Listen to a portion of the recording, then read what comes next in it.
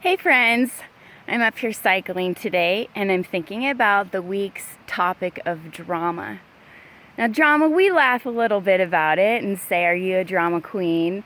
But let's talk about it without any sort of judgment so that we can get a really good look at it. Learn how to identify it in ourselves and when we see other people doing it. And I hope that when you leave this video today, you'll know that you can protect yourself from drama. You can protect yourself from other people's drama. And there are things that you can do when you recognize that you're kind of caught up in it. Because drama, if you think about dramatic films, dramatic news, they stir the emotions. And when you're in drama, it feels actually pretty horrible sometimes. Feels super upsetting, like I've got to get rid of this feeling, I've got to do something about it. A lot of times we feel misunderstood, so we've got to go right or wrong, and it feels like really big time and serious. And so let's give some credit to how drama feels. It feels big, but we don't have to make it that big. So drama is really just when we take some facts and create meaning out of them. And usually that meaning stirs something inside of us. So an example would be getting a diagnosis of an autoimmune disease. So that would be the fact. My blood test says I have an autoimmune disease. Now the drama comes in when we start making it mean something horrible. Like, my life is never going to be the same. Life as I know it is over. I'm never going to be able to enjoy things the way I used to. This changes everything, and I'm losing my identity. Who am I if I can't do this and this and this? These are things that these are drama. These are things that we put onto the fact to create and stir up emotion.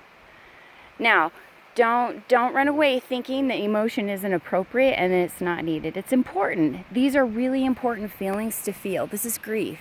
This is loss, this is sadness, and those are totally okay.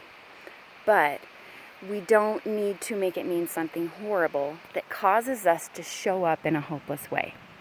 When we're thinking that my life is over, the result will be something in alignment with that thought. So if we want to have a life of hope, a life of meaning, we need to be thinking thoughts that are in alignment with those results. And that means that we're going to have to switch the drama and be making these things mean something positive, something different, something that isn't stirring up the fear inside of us.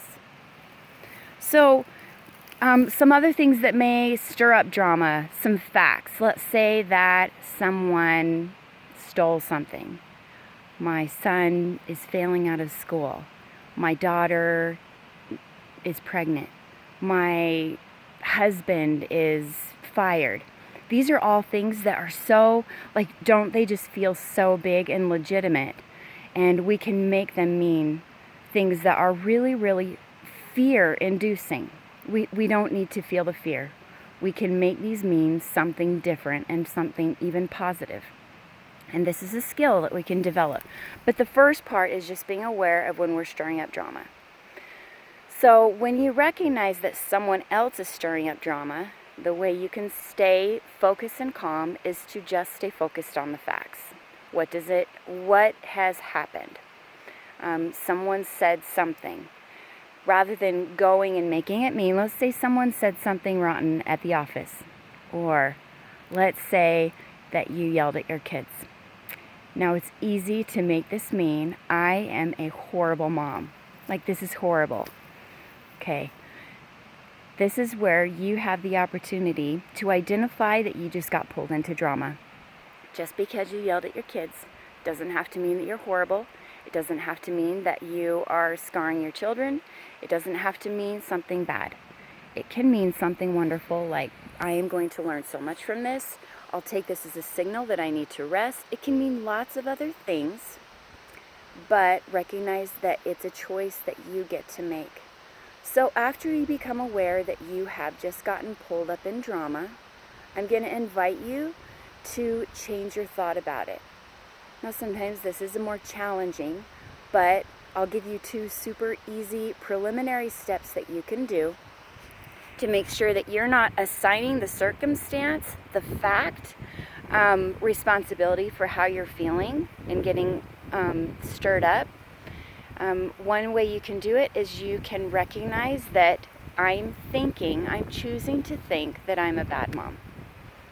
You just took responsibility for the thought, meaning you've empowered yourself. You're not a victim of the circumstance.